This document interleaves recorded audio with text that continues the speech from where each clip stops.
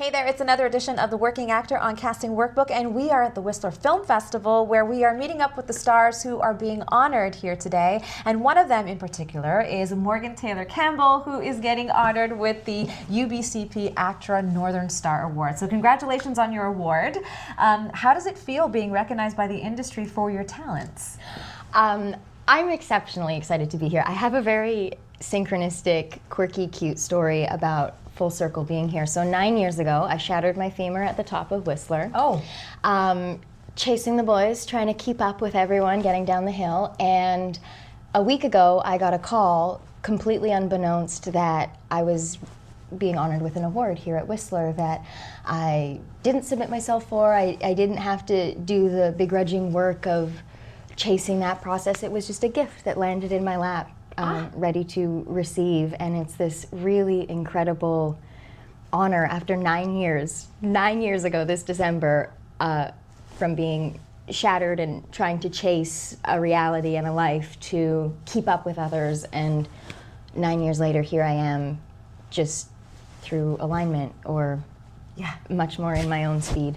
So the mountains do have magic that is at Whistler, right? Yeah. That's an amazing story, and it's also an inspiring story because The Working Actor is all about inspiring our acting community to kind of provide them with tools from working actors like yourself who are making it in the industry and who are being successful at their craft. So when you got the notification that you were getting this award, what did it mean to you? What was your reaction?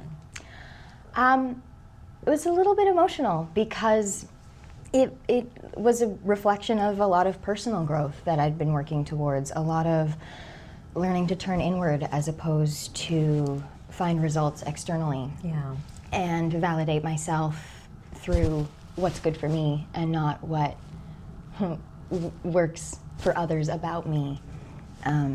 So it's felt like a real gift. It definitely reflects my relationship with something bigger in the universe, perhaps. I'm very grateful. I'm very, very grateful to be here. Yeah, and we're so grateful to have you here. So how did it all begin for you? Because you are born and raised in Alberta, correct? So what was it like for you as a child growing up in Alberta, and when were you bitten by the acting bug? I think, okay, well, this is just gonna get really real. But, we love realness. It's gonna get really real, guys, and I don't know, I haven't really known how to talk about this or how to. In September, I was late diagnosed with autism, and my whole life has been about performing and people pleasing, and I've always had to become a different energy, embody a different energy within myself to cater to the different environments that I'm in, and I studied humans on TV and film growing up. That I watched how people were, and that's how I learned the personalities that I put on to get through the world, and now I get paid to do it. But you make it sound so easy. You're like, oh, I studied humans and now I get paid for it. But what was it about studying humans and taking on acting that really struck with you? Getting to see humanity, getting to see the thing underneath the masking. It's like getting to relate to the soul underneath, and it's not these words I didn't know. And I still don't know. I'm still formulating it all. But I felt like those were my family. Those were my people. The creative spirits that would come alive when I would watch so many different genres. I felt like something in my soul was dancing. Oh. And it felt like the structured reality is a piece that we structure to get ourselves through, but that the soul has a whole language of its own, and that perhaps that was an avenue, or that was a place I'd be safe. Yeah. So when you knew that you wanted to pursue acting, what did you do in order to kind of like perfect your tools and get started? And how did you go about getting an agent? And what was your first audition like? There's so many questions. I feel like sometimes, auditioning still feels like the first one every time. It's been a very wonderful, organic process. The first thing I ever Googled was how to be an actor. And I had this giant, it was a big workout whey protein thing of my dad's that I had been saving coins in for years and years and years. And after 11 years, I opened it up, and at 17, we took a family trip to Disneyland, but I also did some acting courses and things in that month that we went from Alberta to California. And it was a slow ball roll from there. I did a student film on a vacation to BC from Alberta the next year, and then I submitted, I was accepted into UBC, deferred for a year once I got in, so obviously I've moved from Alberta to BC when I graduated high school at 17, deferred for a year because I had started acting classes, and I booked my first commercial. It was a Nike commercial, and I was like, that's it! I've made it! You've made it! I've booked Just one do thing. it. I do not need education. What did your parents say when that happened? You know, it's so interesting. My parents have been so focused in certain intentionalities with me and not in others, and creatively it's such a diverse creative family, and they've always really been, you know, I've been pretty off leash in that regard. Right. So it's funny because I think it's the naivety about what I got into that helped me, because the hard times, the hard years, I might not have stuck through it had I just known, oh, it's going to be hard off the beginning. Had I taken that, I was just too naive. I didn't have the social skills. I just didn't know. And now when you're in it and in the experience of the hard, I don't mean to insinuate that it's something I wouldn't do. I think if I didn't know how it would have served me, and the reasons of starting versus the reasons to keep going are so different now. Right. But I wouldn't have understood that then, or known that then, or even known why you would stay with something because when you want to quit. And that's so important that you said that. Yeah. Yeah, that's so important that you said that. So now that you're getting this big award, it's called the Northern Star, I see it like the rising star, the next big thing, right? Does it give you a next level of confidence so that when you are doing that next audition that you approach it differently because now, you know, people have recognized your talents? Yeah, it does. Especially because this is one of those awards I didn't have to submit myself for. Sorry, microphone. Right. I didn't have to. Yeah. I am a veteran. I usually know where you are. I didn't have to submit myself. I didn't have to pay for my own submission, and that's usually a very unromantic part of the process we don't always realize. And then, you know, usually you pay for your ticket to get to the show too, and it can, sometimes you're in the position you're like, I can't afford this right now. Yeah. Like, what? And then I could get the dress and the thing. And so this feels like a true honor because it sucker punched me. I got a call off the airplane last week. I'm getting an award for what?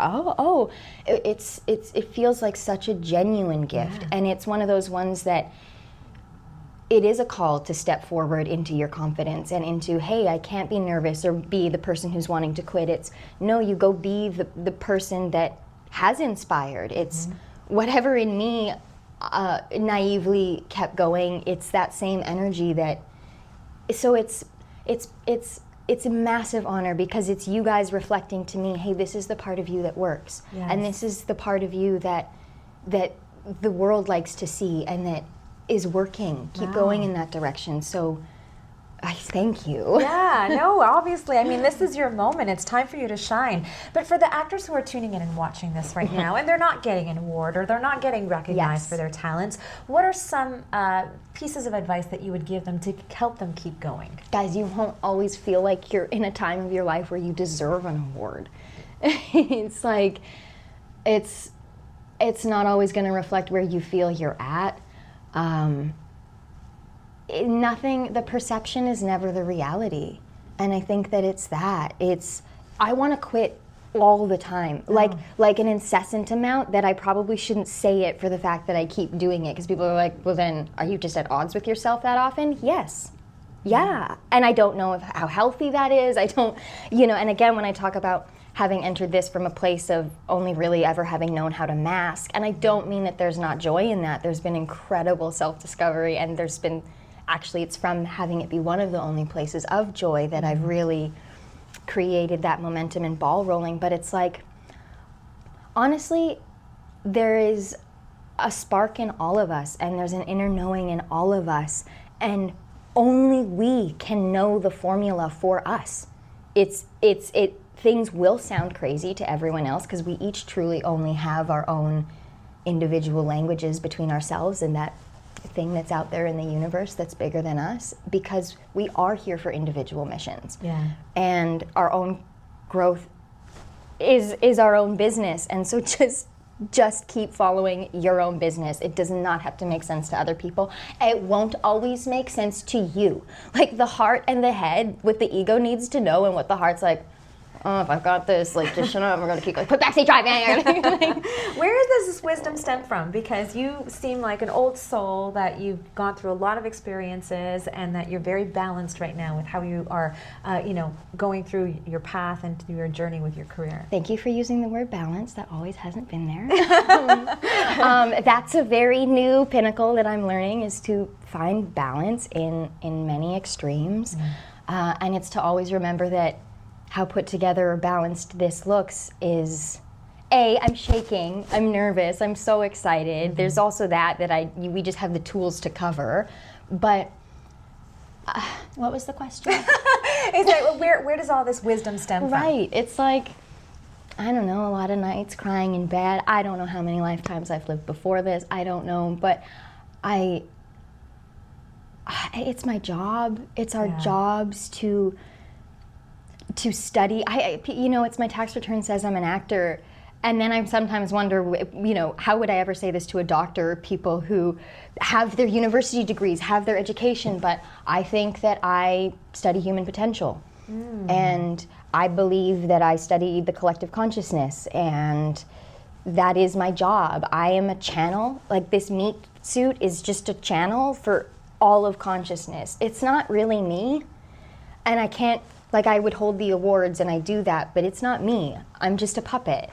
And it's all of us. It's the energy that creates all of us speaking through us puppets that reflect back to all of us what we need to see or know. And that's the beauty in performance, is everyone's going to perceive it differently. We all find the semantics for ourselves that we need to know for our individual journeys. So how my work would, the work that comes through me would inspire you would be different from each individual. And I don't know, it's not fully me, I guess. Yeah.